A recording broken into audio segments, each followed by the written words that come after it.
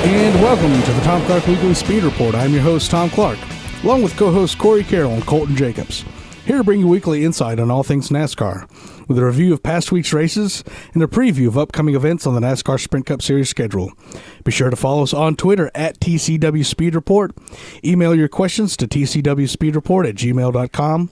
Check out the Tom Clark Weekly Speed Report Facebook page, and announcing that we are now on SoundCloud and iTunes.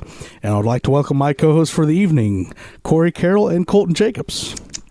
Oh, hey, back at you, buddy. Hey, what's up? Oh, just got done watching a race. And Colton has a new addition to the family, a black lab puppy at 9 weeks old named Murphy. Yeah, he's hanging out in the studio with us. He's hanging out in your lap. Yeah, he's comfy. So he will be a new addition to the show. We are reviewing the 5-hour Energy excuse me. That's some of that Diet Mountain Dew coming up. That Cosmic Brownie. Cosmic Brownie I just had. The 5-hour Energy 301 at New Hampshire Motor Speedway. We'll also be previewing the Crown Royal presents the Jeff Kyle 400 at the Brickyard. So let's go ahead and start with our review of the race. Carl Edwards was the pole sitter.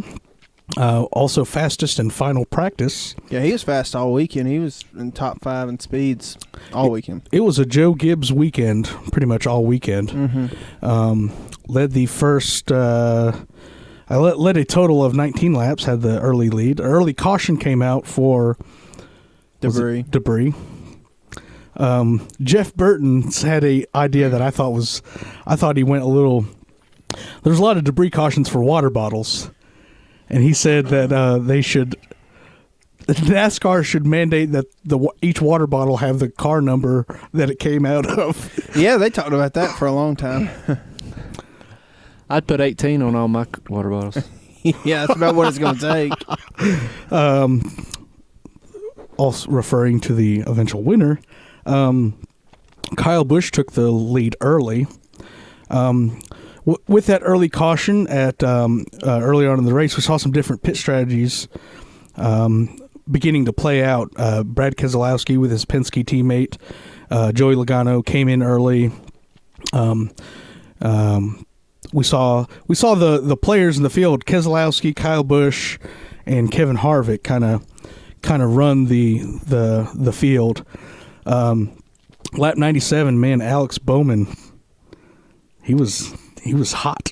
Yeah, Kyle Busch and Brad Keselowski pretty much flip-flopped the lead back and forth up until that point, and then I think it was they came back from commercial and his tire was on fire. Got a little hot. I believe it was something to do with the right front tire going down or something like that. Through the pit strategy, Kyle Busch ended up a lap down. Is that because he short pitted, right? Well, they thought there was oil on the track, right? They were saying something like, I think Kyle and Truex and Harvick and Brad all thought there was like some oil on the track. And I heard Dale Jr.'s in-car radio, he said there wasn't any oil on the track. But Kyle Busch and Martin Truex pitted under green. Mm-hmm. And Kyle was the lucky dog, but he was able to pass the current leader, Harvick, at the time, and get his lap back right when the caution came out. Yeah, that was pretty wild race. They come off of a pretty wild event. They came off of 4. Harvick was trying to get past the 40 car of Landon Castle, and Kyle Busch just basically pushed Brad out of the way, like, get out of my way. I'm trying to get my lap back. So very, very reminiscent of the days of old, especially Dale Sr. and all those other guys. Yeah. So that set the stage towards the middle part of the race, and going on to the end of the race, saw Kyle Busch and Brad Keselowski took 2 tires on that last pit stop before the end of the race, which he even told Paul Wolfe that it was a bad move. We continued racing green up until the finish. There towards the end, Kyle Busch started running into some lap traffic, and Brad Keselowski was coming hard. And, yeah. It's the low sugar. And Do you think Brad Keselowski would have had anything for Kyle Busch, or do you think Kyle Busch was kind of laying back, kind of wait until the 2 was in the vicinity? I don't think Kyle was driving as hard as he could have at that point. I don't know if he was just making sure he hit all his marks or whatever, but he knew that he had a substantial lead on Brad, and I guess he didn't want to abuse his equipment or whatever. So yeah, Brad was catching him, but I don't know if he, and even if he would have got to him, it'd have been hard to get around him. We saw Brad kind of get a little loose, even in his pursuit of Kyle Busch. I believe the 7 car brought out the last and final caution, which Kyle Busch had already taken the white flag. That dog is like intently staring at me. Well, he's on the razor's edge of falling off this chair right now. Okay. I thought you should have renamed him Cujo after all those mean looks. But brought out the final caution. Kyle Busch already took the white flag. It was an odd move to see Brad Keselowski pass Kyle at the checkered, knowing that he wasn't going to win the race. Yeah, I think that was pretty evident of his frustration in that they made the wrong pit call. As the guys in the booth said, it was physical racing at the very beginning. A lot of guys getting into bumpers, a lot of tire rubs and things like that. Yeah, it wasn't quite as physical as the Xfinity race the day before, because Denny Hamlin in that Xfinity race, who is a winner, by the way. Yeah, who won? He washed up the track, ran into Kyle Busch, he ran into Austin Dillon. There was a lot of physical racing at the beginning and at the end of that race. But today it didn't seem quite as physical. But let's get physical. Corey's over there just nodding at me. What's all that about? I'm just agreeing with you. Okay. But Kyle and Brad and Kevin were pretty much the class of the field today. Why don't you talk about it, Corey? Hey, you guys take it away. You're taking the words right out of my mouth. Hey, that's... Let me open up. There's a few more back there I need to pull out. I did listen to the post-race media center interviews after the Xfinity race, and Austin Dillon was, in his post-race interview, was like, he was talking about how a couple years back when Denny called Austin a spoiled rich kid and all that stuff. And, yeah, we were talking about this earlier. Yeah, and stuff. And he's like, what do I call Denny? What am I going to call him now? And stuff. And so they told Denny, he said that in the media center, and they were like, so what do you want him to call you now, Denny? And he was like, a winner.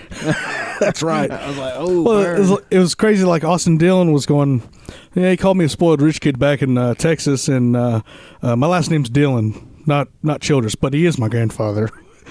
Yeah. So, that's Pandora's box for me. I could go on and on about the Dillon boys. Yeah. Brad Keselowski, obviously, he went to the Bill Belichick School of Personality. Yeah, he must have had him a red sour apple ale or something after the race because he wasn't in a good mood. Yeah, he said, we just had an opportunity there, and we didn't capitalize on it. Yeah. So, yeah, boo-hoo, Brad. Big deal. Junior, finishing top 5, has this is an interesting stat, has the most top 5 finishes at New Hampshire of any active driver without a win. He's going to get him one day, I think. Well, he even said he was a little frustrated on the lack of power of the cars, but he said, he's at Hendrick. They got good resources. They'll figure it out. Well, obviously, Rick Hendrick, he'll figure it out. The Hendrick cars were slow all day. Pretty much. Jimmy was non-existent. Well, that's the price you pay when you sell your soul to the devil. So, we move on to our preview of the Crown Royal presents the Jeff Kyle 400 at the Brickyard. Now, okay, I just wish they would just call it the Brickyard 400. Yeah. This whole Crown Royal sponsorship deal is like, just sounds like, because they pick the worst names of like people like Jeff Kyle. That's 2 first names like Ricky Bobby or something like that. The Jeff Kyle 400. Like, I understand Kyle is a last name, but I would not want that to be my last Didn't name. it used to be Richmond they did this at? I think they did them at both, I think. Something like that. Crown Royal. I don't even like Crown Royal. Although their Regal Apple is good. I don't know. I steer away from The devil's drink. the whiskey business. The whiskey business. But first we was in the hog business. I thought about that today. I was like, man, we And need the to get some more. sandwich. Hey, you know what's funny though? When he says when Junior Johnson is talking about sandwiches, like he's not talking about like a BLT or something that you eat from a deli. He's talking about going to McDonald's and getting a sandwich. Yeah. But like when you say sandwich, it sounds like it's a particular type of witch that lives just north of Beware of the sandwich. of Sri Lanka, and their numbers are dwindling due to global warming. The sandwich. I don't mind them sandwiches, but I like them cave witches. Those are the best. Yeah. But Brickyard 400. Now, I have a feeling now this is where they're going to debut that new 9-inch spoiler high drag package. I see it going as always in the past few years. Track position will be king. Whoever starts on the pole, whoever starts up front, will have a definite aerodynamic advantage. It's hard to pass at that track. You have such long straightaways and such sharp corners. It's hard to actually set up another driver to pass him and things like that. To me, your usual suspects will be at the front. We've always seen that Casey Kane has usually performs well at this track. Without scoring a win, I think this will be a good opportunity for him to score a win. But I have in the back of my mind that I feel like Dale Jr. can show that he can add another prominent race to his resume. Dale Jr. can if he can qualify, then he can do well. And this is a track that all season, maybe for the past couple of years, is a track that he wouldn't qualify well at. It's big and like relatively flat, and it almost seems the higher the speed, the worse he qualifies. Mm-hmm. So, I mean, if he qualifies up front at any track, it's an indication that he's going to run good there in the race. Mm-hmm. If he qualifies bad, it's not an indication that he'll run bad. But if he qualifies up front, he probably has an exceptional car. The way that the trends look. Well, trends say. So I do believe that your major teams such as Joe Gibbs Racing and Hendrick Motorsports will pretty much shine at this track. We've seen fuel mileage become an issue at this place, especially if you are up front and a caution comes out. You don't want to give up that track position because it's going to be difficult to pass. So I've always enjoyed the Brickyard. I would like to see Jeff Gordon win, of course. Yeah, he had a great car there last year when he won. Past few years, actually, just bad calls, bad strategy, and things like that. So we move on to our fantasy picks, which I might have given an indication of who I might go with. All right, Tom, you are. Man, I've been finishing good here lately. Yeah, you've had the top finisher 2 out of the last 3 weeks. I know. So I'm gonna go. I've not picked him since the beginning of the year, but I will pick him for this race, and I will go with number 24, Jeff Gordon.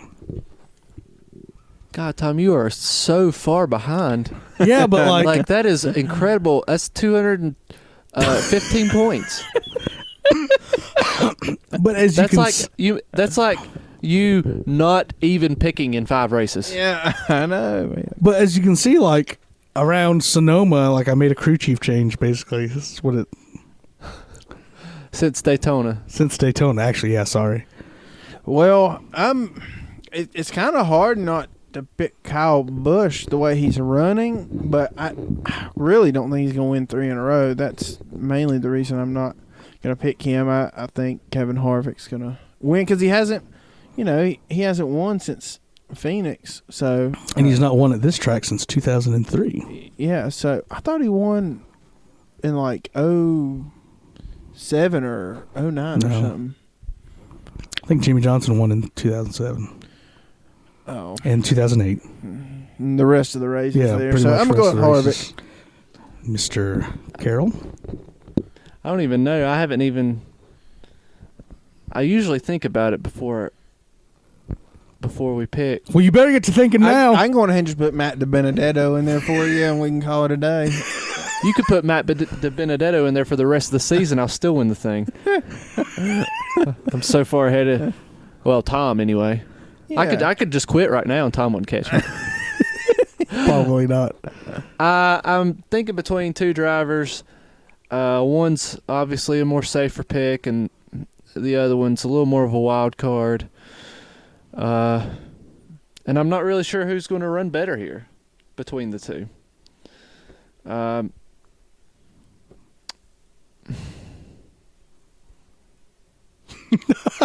Hold on a second.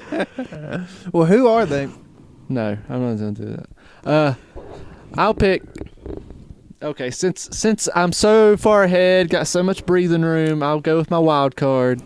I'll pick Joey Logano. Yeah, but even when you have been not on top of things, since Dover you finished first, second, first, sixth.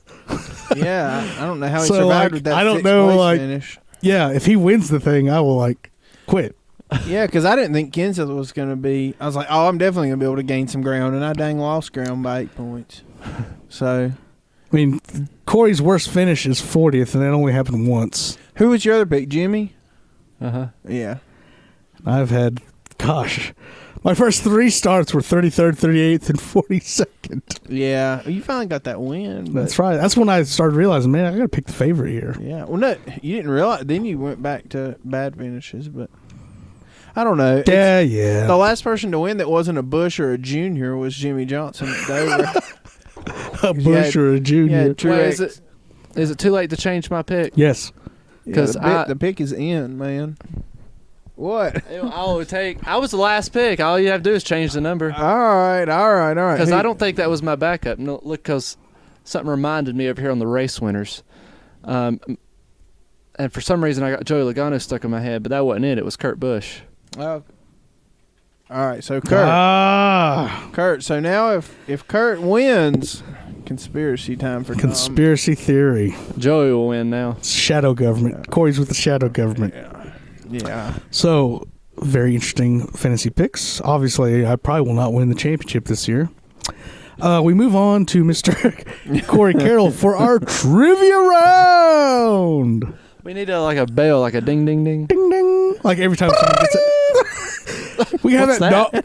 That's like a bell siren type hybrid. You need to train that dog to howl if someone gets it right. Yeah. Murphy howl, bud. He's tired. He's tuckered out. He's ready to take another nap. Woke up for a second. All right, this week is fill in the blank. Ooh. Oh, man. Fill in the blank. Yeah. Fill in the blank. Are you going to participate this week, Corey? I can't. I'll have to look at the answers. Yeah. Okay. All right. The slang term for the best route around a racetrack is blank. The groove. That's right. Ding, ding. Yeah. I was looking at it beforehand, and I thought I said preferred groove in my head, which I guess would be considered right if somebody was judging. But I about said Apex, but the horsepower for an engine in a NASCAR Xfinity Series car is. Can we get in a relatively generalized area? 700. I was going to say like 730. Tom's close. It's at 650. Woohoo! The blank in Daytona Beach, Florida, is where Bill France Sr. organized a meeting on December 14th, 1947, to discuss the future of stock car racing. Streamline Motel. Yeah. You didn't know that. Yeah. Hey, man, you got to pick an answer. You can't just go, yeah. Well, that's right. I didn't know it till you said it, and that sounded. Tom was right, but he made a small faux pas. Streamline Hotel. Streamline Hotel. Ah. Oh, it's one of them. It's one of those fancy things. It's one of them new modern jobs. Yeah. All right. So I'm still up by 1. A car is blank if the front wheels lose traction before the rear wheels do. Tight. That's right. It's tight. I said it first. The turbulent air currents caused by fast-moving cars is called Dirty air. Draft. dirty air. Yeah, I'm up by 2 now. Woo! All right, let's see. Give us one more. Don't tell me what to do. Okay. Well, last week we did 7. No, we did 7. I mean, we can do however many. Okay. The air pressure traveling over the surfaces of a car creates blank or weight on that area. Downforce. That's right. Yep. Yeah. When a car isn't oversteering or understeering but travels around the racetrack as if it is on rails, it is said to be in what? Neutral. I was going to say free, but I mean. No, that would be understeer. Okay. Jean-Claude Van Damme, Formula 1 driver. Yeah. What? It's loose or tight. NASCAR ain't no understeer, oversteer in this sport. Yeah. So It's- Colton's up by now. Colton is matched back up to 1 behind. I wasn't right. That wasn't right. Oh, so we're still even. It is said to be in balance. Oh, imbalance. Sorry. Yep. And that is the trivia round. Woohoo! We need to keep track of who's been winning the trivia round. I know either that or we need to just go back and forth because, like, look, the couple that I got right, you got right too. So, Yeah, but we're scoring. Yeah. Speaking of rounds, we go to Mr. Colton Jacobs' responsibilities of the Green-White-Checkered round. Yeah. Okay. Well, our green flag question is, and we're going to continue with the theme. Okay. Kyle Busch gets him another win. He's within 53 points. Can he keep this torrid pace up? I so thought you were going to ask, can he make the top 30 for the 4th week in a row? Let's ask that question. Yes, he can't. He can't keep this pace up. He'll win the rest of the races.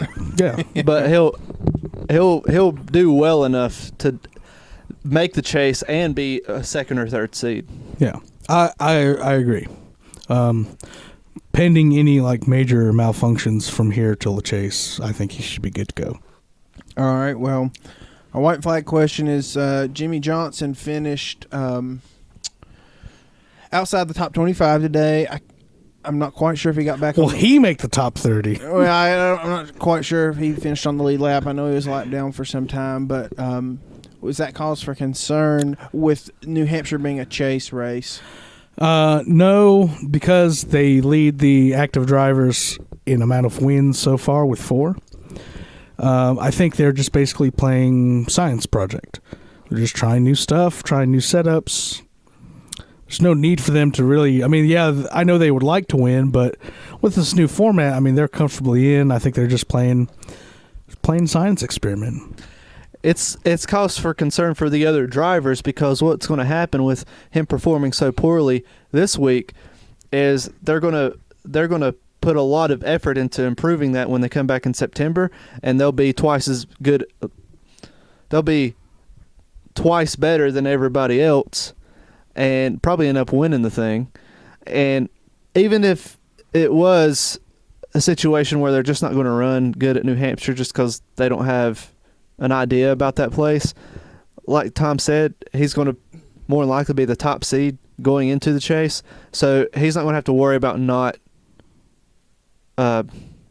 transferring to the next round probably, unless he really messes up in the weeks beforehand, which I don't see him doing at Chicagoland, which is it's the first race of the chase. Yeah, and it's the week before, right? It's the week before the New Hampshire race. Week before New Hampshire. So if he wins, to me, he's a favorite going into the Chicago race. Mm-hmm. Okay. So. All right, well, our checking for that question is just expectations for the rules package next week at Indy.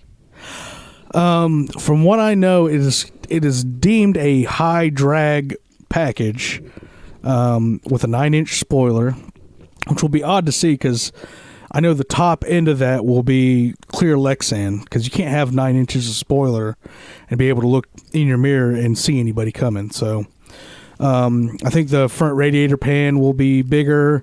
I think it's a 1 1/4 inch more overhang on the splitter. I think they're going in the wrong direction, personally, because they lack the horsepower. I just don't think you're still not putting it in the driver's hands in that. It's especially at a place like Indy. I mean, it's always single file racing, always an aero track there. So you're just, to me, I know they're wanting to get a good gauge on what they need to go with next year, but I think it'll just exponentially be worse than it already currently is. Yeah, it's going to be pretty terrible racing probably next week. It's going to put more emphasis on drafting on the straightaways because the higher spoiler is going to take more air off the nose of the car behind it. So they're really going to want to get on each other's bumper to so they don't have that resistance. And it's going to be it's a higher drag, but it's more rear downforce with all that air on the deck lid of the car, and it's just going to be hard to pass unless you can get in that draft and get a slipstream. But with the reduced horsepower and the high drag, it's going to, it's really going to, it's almost going to be like if Indy was made of mud, and trying to run around in it. Well,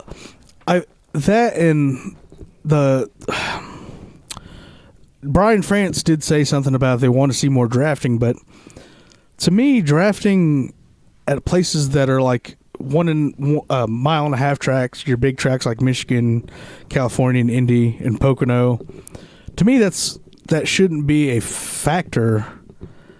I mean, to me, it's if you've got a truly faster car overall, then you should work to get the position. So when he said a couple weeks ago that they would like to see more pack racing, more drafting, it just kind of threw me off, and I thought, no, I don't want to see that. So I don't know. It's going to be hard for them to figure out an overall great package for next year or the chase or whatever they plan on doing with these rule changes. So I say let them have 850 horsepower, knock that spoiler down to 2 inches, and let them go at it. Mm-hmm. Carl Edwards was saying at the end of the Xfinity race that he said no spoiler and take. I mean, come on. He's like, take away like the aerodynamics and just put it all in the driver's hand. And I was like, he wants all the way to the other end of the spectrum.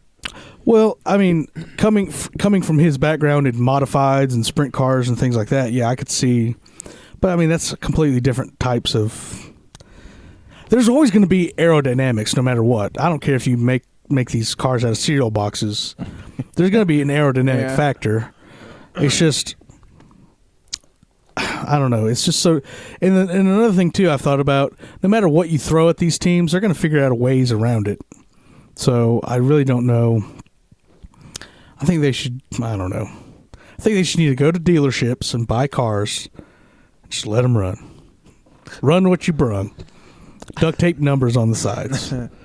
Not even paint. Not even paint. And that concludes this edition of the Tom Clark Weekly Speed Report. Remember, you can follow us on Twitter at TCW Speed Report. Email your questions to tcwspeedreport@gmail.com.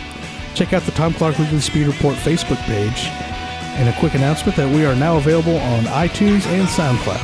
And this is your host, Tom Clark, signing out.